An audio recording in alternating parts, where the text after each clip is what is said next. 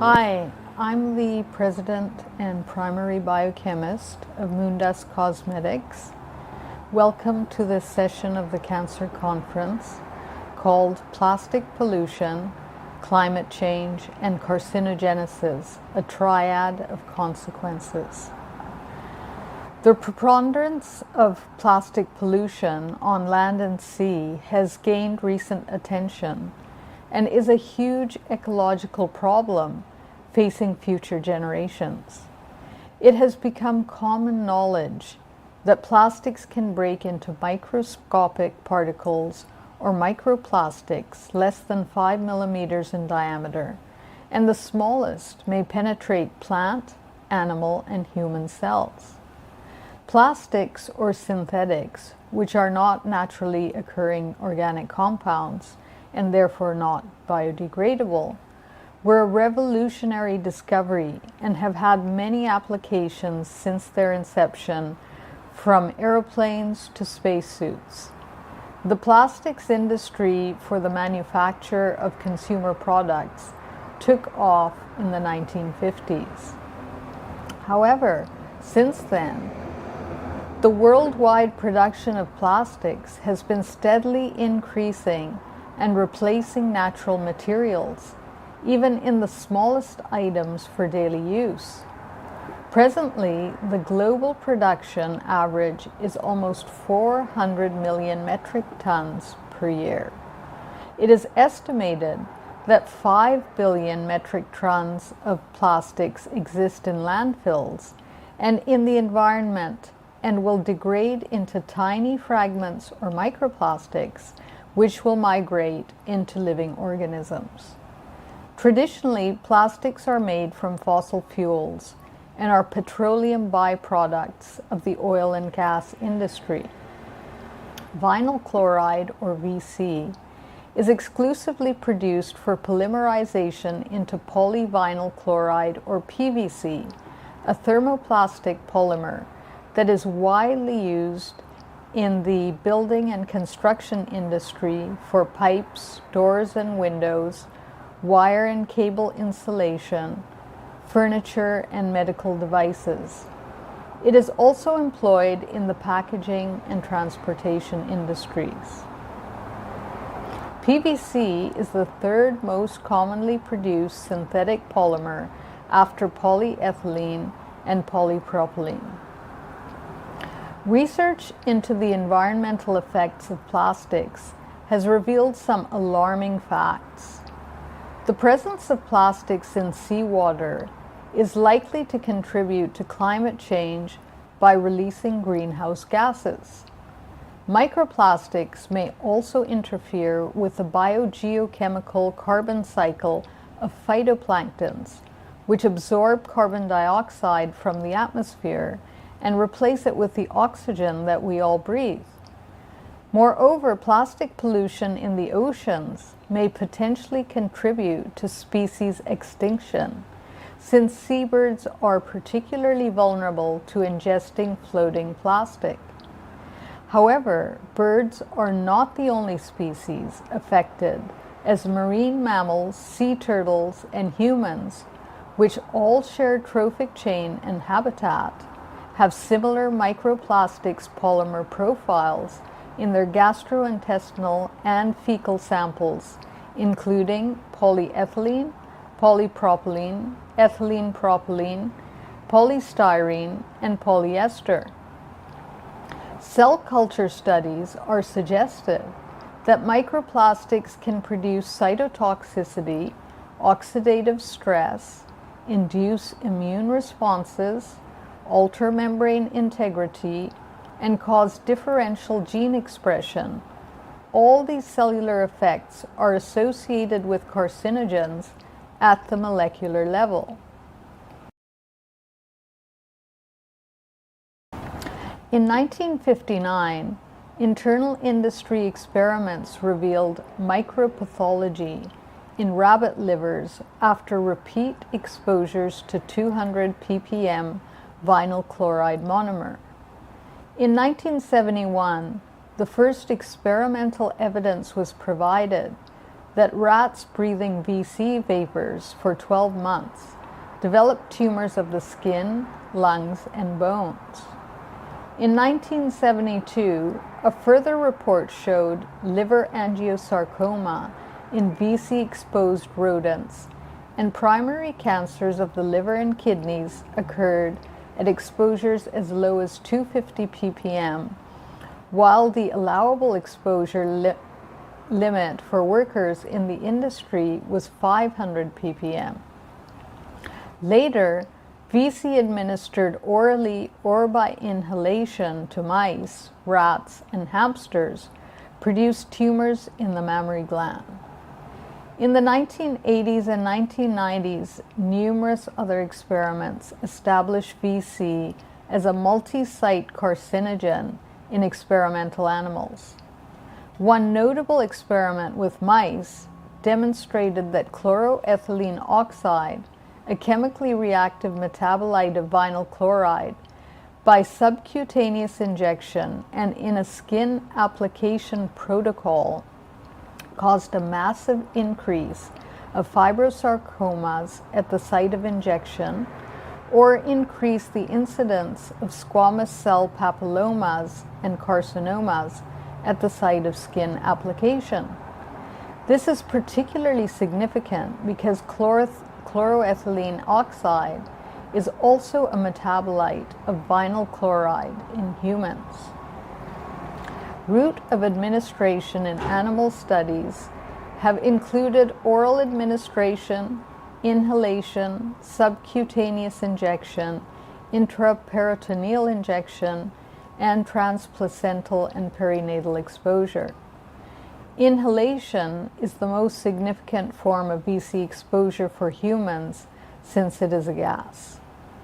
Metabolism of VC occurs in the liver subsequent to its absorption. Phase 1 metabolism occurs primarily via the cytochrome P450 isoenzyme and generates the reactive intermediates chloroethylene oxide, or CEO, and chloroacetylaldehyde, CAA. These are further metabolized in phase 2 reactions to end products, which are excreted. Both CEO and CAA can interact readily with DNA to form adducts and produce mutagenic effects, but CEO is the more reactive of the two species. Epidemiological data started to accumulate in parallel with laboratory animal experiments. In the 1970s, case studies appeared about rare liver cancers or angiosarcoma among VC and PVC production workers. As a result, the industry was forced to reduce time-weighted average workplace exposure levels from 500 ppm to 1 ppm by OSHA, the U.S. governmental agency. Simultaneously, there was also increasing evidence of excess cancers in non-liver sites, including the brain, lymphohematopoietic, and respiratory systems, and data was collected from larger epidemiological studies. Moreover, an increased lung cancer risk was reported in workers exposed to PVC dust. In 2008, a scientific review by the International Agency for Cancer Research, or IARC, concluded that there is sufficient evidence in humans for the carcinogenicity of vinyl chloride. Vinyl chloride causes angiosarcoma of the liver and hepatocellular carcinoma. There is sufficient evidence in experimental animals for the carcinogenicity of vinyl chloride. There is sufficient evidence in experimental animals for the carcinogenicity of chloroethylene oxide. However, IARC stated that there is contradictory evidence that exposure to vinyl chloride is associated with malignant neoplasms of connective and soft tissue and inconsistent or scanty evidence that it is associated with cancers of the lung, brain, lymphahematopoietic system, and breast, or with melanoma of the skin. The latter statement is rather surprising since both animal and epidemiological studies had provided significant evidence to the contrary.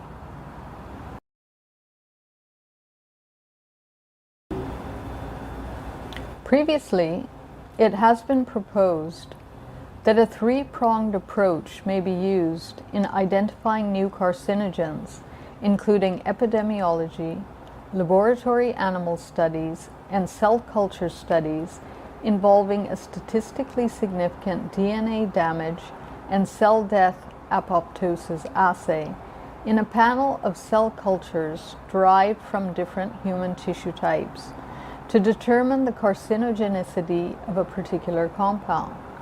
Cell death is becoming an important parameter in cancer research as carcinogenesis is being increasingly connected with aberrantly regulated apoptotic cell death and the resulting deregulation of cell proliferation. Consequently, it is of paramount importance to reevaluate the current methods for cancer risk assessment in the case of vinyl chloride exposure within the context of an apoptotic model of carcinogenesis, and to consider a possible role for epigenetic mechanisms.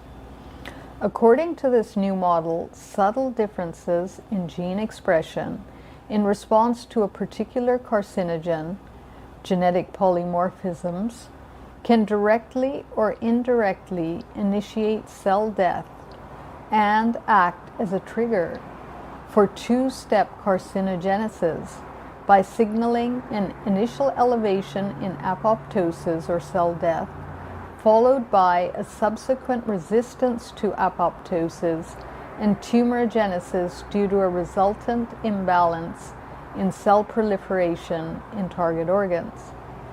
Thus, more recent studies at the molecular level have revealed vinyl chloride-induced DNA damage in other human tissues which could be associated with cancer. In an interesting Chinese study, DNA damage to peripheral blood lymphocytes of vinyl chloride monomer or VCM exposed workers was measured. It was determined that certain genotypes involving single nucleotide polymorphisms in xenobiotic metabolism and DNA repair genes were associated with increased levels of DNA damage which signal cell death. In another Chinese study, the peripheral lymphocytes of occupationally exposed VCM workers were found to have a higher micronucleus frequency in a DNA damage assay than the control subjects. In addition, the level of chromosomal damage in the test subjects was higher in individuals with certain specific DNA repair polymorphisms in a related experiment. In a related experiment, micronucleus occurrence in Chinese VCM exposed workers was related to base excision repair polymorphisms.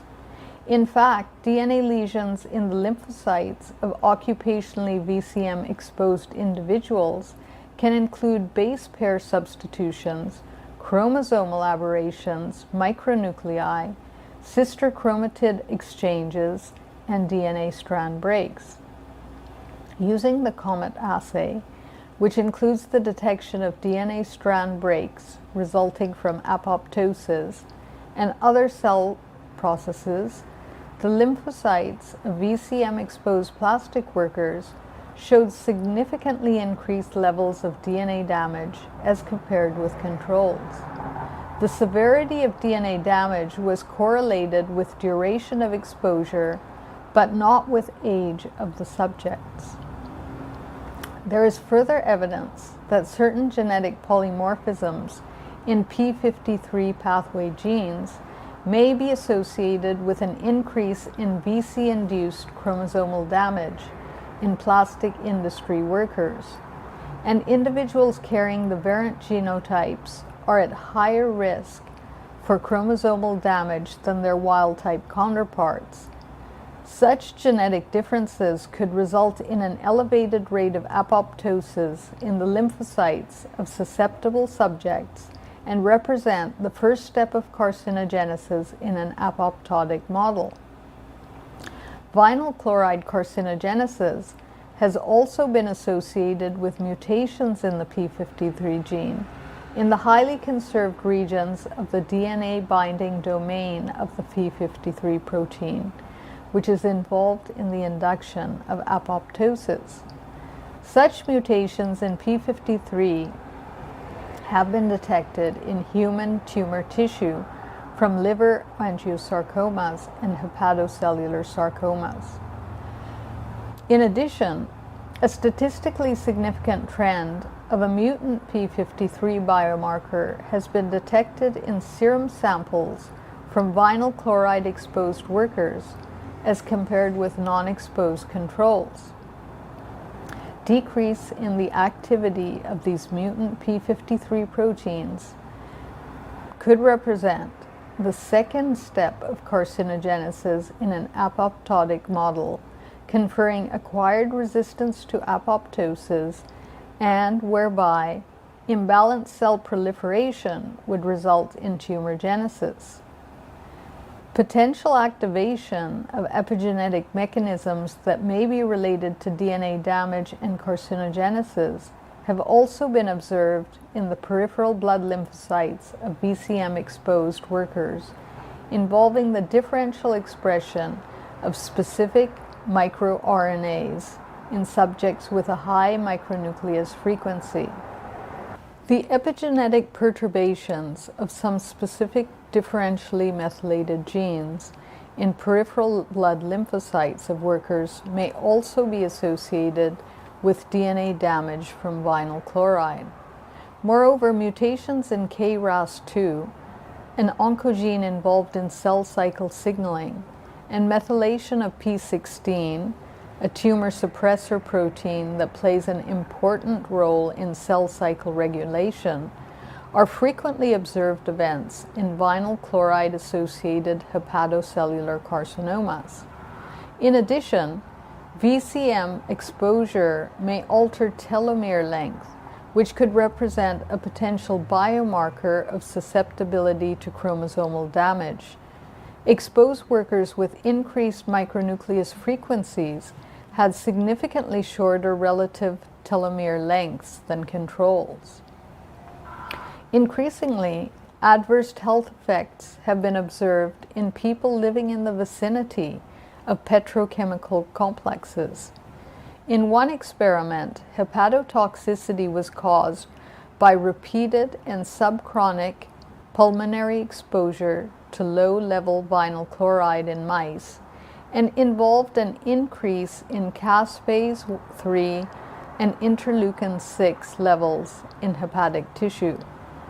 Interestingly, an elevation of caspase 3 and interleukin 6 was observed in the lung tissue of these mice following VC treatment for 3 weeks as well. Caspase 3 is an important mediator of apoptosis, and interleukin 6 is known to induce apoptosis in neutrophils.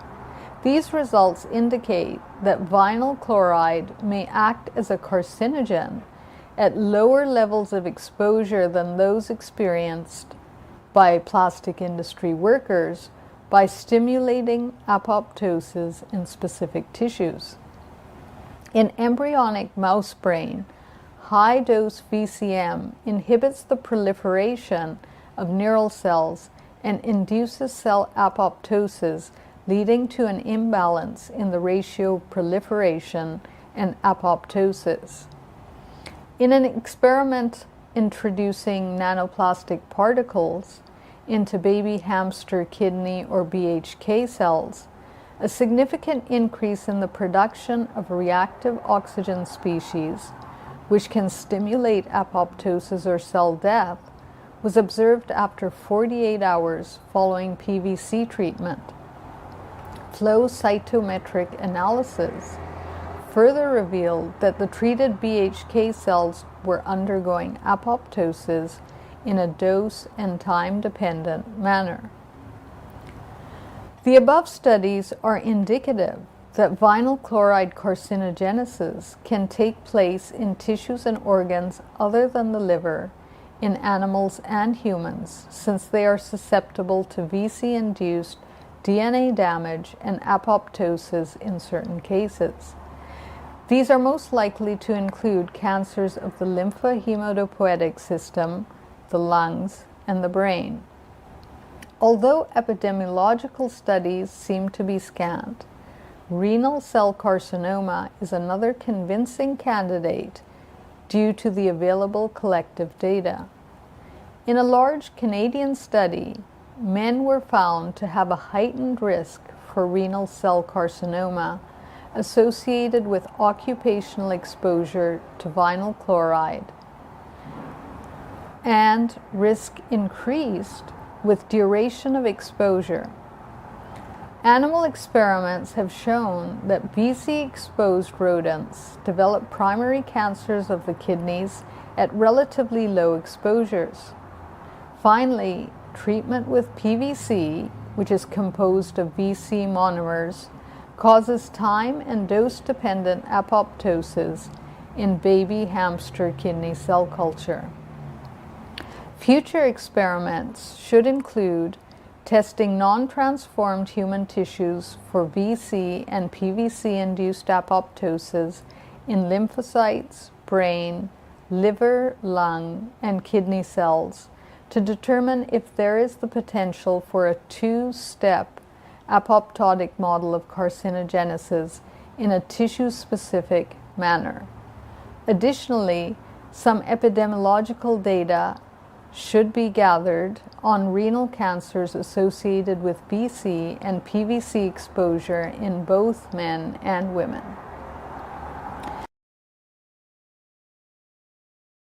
Taken together with research on workers in the plastic industry, initial data suggest that the ubiquitous presence of plastics and microplastics in our modern environment, which can penetrate human cells and those of plants and other species, is a looming threat, potentially increasing the risk for a variety of cancers. Interestingly, vinyl chloride, a colorless gas with a sweet odor, has also appeared on a list of chemical weapons of warfare and terrorism that primarily injure the upper respiratory tract, including the lungs, and is a serious cause for concern in this era. In addition, evidence is accumulating that solid marine plastic pollution can contribute to climate change via various pathways and may be implicated in species extinction. So it is necessary to minimize plastic production while maximizing plastic recycling by increasing its current efficiency and eliminating deception by the industry. As a society, it is necessary to decrease our daily reliance on plastic and revert to natural alternatives like glass bottles, jars, and sackcloth, which have served us well in the past. Washing synthetic clothes is the single greatest source of microplastics in the environment, and a return to wearing clothes made from natural fibers could significantly reduce their presence. Cotton jeans with a cotton t-shirt are still an excellent choice. Hopefully, a decreasing reliance on fossil fuels will signal a decline in our love affair with plastics. Thanks for attending this session.